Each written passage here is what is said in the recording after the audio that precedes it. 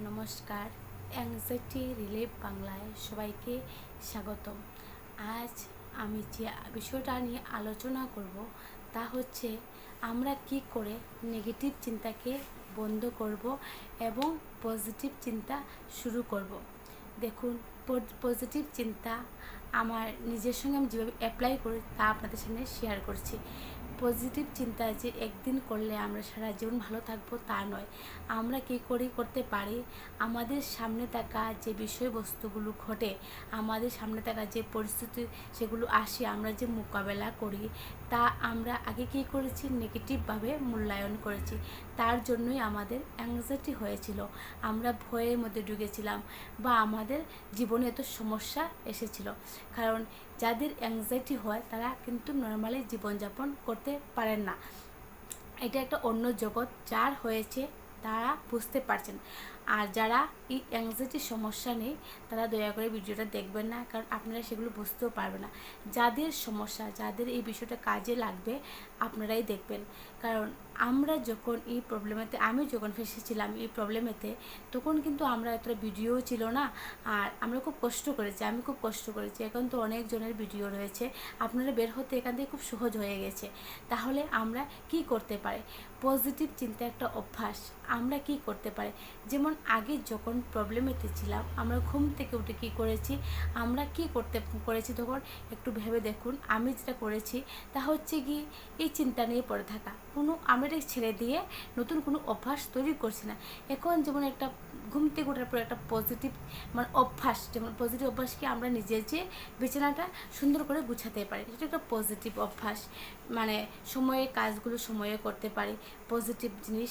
যে এই যে চিন্তা আসবে তারপর আমরা কাজ করব, তাহলে এই চিন্তাগুলো হচ্ছে পজিটিভ চিন্তা বা পজিটিভ অভ্যাস।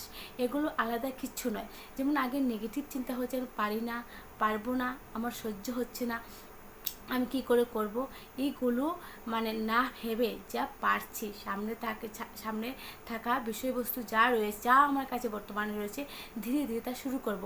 একটু একটু একটু একটু করে করতে শুরু করব।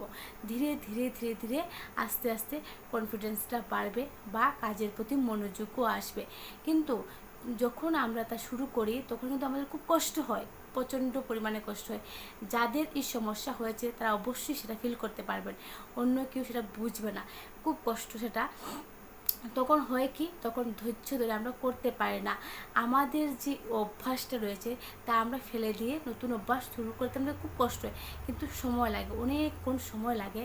কি করবেন, দেখবেন ধীরে ধীরে বাড়বে সেটা। তাড়াহুড়ো করবেন না, তাড়াহুড়ো করলে আর ফাঁসবেন। ধীরে ধীরে করবেন, আর একটু একটু করে চেষ্টা তো করতে হবে। চেষ্টা করলে একটা সময় নিশ্চয়ই হবে।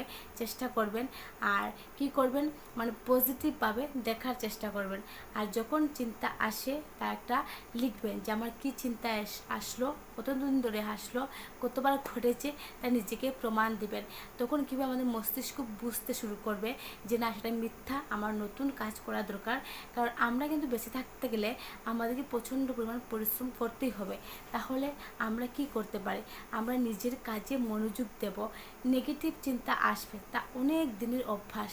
তবে একটা সমস্যা হয় কি, আমরা যারা কম সময়ে সেটা বুঝে যাই, যে প্রবলেমটা আমরা বুঝে যাই, আমাদের অভ্যাসটা কম হয়।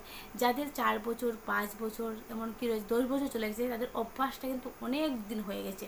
তাহলে যত বেশি অভ্যাস হবে, সুস্থ হতে সময় লাগবে। কারণ দীর্ঘদিনের একটা কিন্তু অভ্যাস হয়ে যায়, একটা প্যাটার্ন তৈরি হয়ে যায়। তাহলে যদি কম সময় থাকে, রিকভার হতেও সময়টা কম লাগে। যদি অভ্যাসটা বেশি দিন হয়, এটা ভাঙতেও সময় বেশি লাগবে। সেটা হচ্ছে, তাহলে আপনাদের যারা সমস্যা হয়েছে সেটাকে রেখে দিয়ে লাভ নেই। দেখালে বুঝলে ঠিক হয়ে যায়, সময়টা আপনার বেঁচে যাবে। তাহলে আপনি কি করবেন, দেখাবেন এবং প্র্যাকটিস করবেন। প্রচণ্ড প্র্যাকটিস করতে লাগে। আর কি লিখবেন যে আমার চিন্তা এসেছে, এতদিন ঘটেনি, কেন ঘটবে, সত্য না মিথ্যা, সেটাকে একটু বুঝবেন। আর আমি মনে করি একটা মিথ্যা চিন্তাকে ধরে বসে থেকে কোনো লাভ নেই।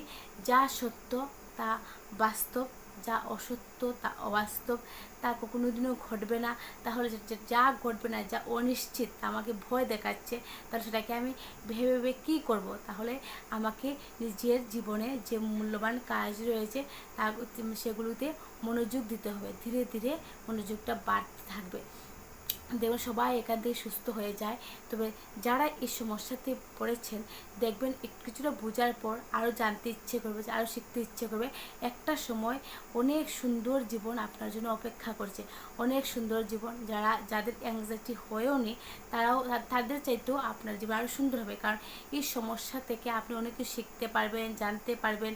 এই কোনো কষ্ট অযথা বৃথা যায় না, এটাকে একটা ভালোর জন্য। যে দিনটা আসে সামনে, যে কষ্টগুলো আসে সেটা সামনের দিনে ভালো দিন দেখার জন্য, এটা আমার বিশ্বাস।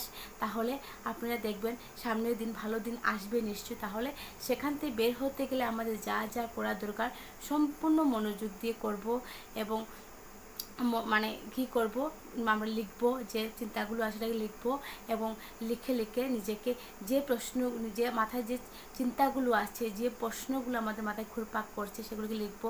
নিজে নিজে অনেক সময় উত্তর দেওয়ার চেষ্টা করব। যখন আমরা দীর্ঘদিন লিখতে থাকি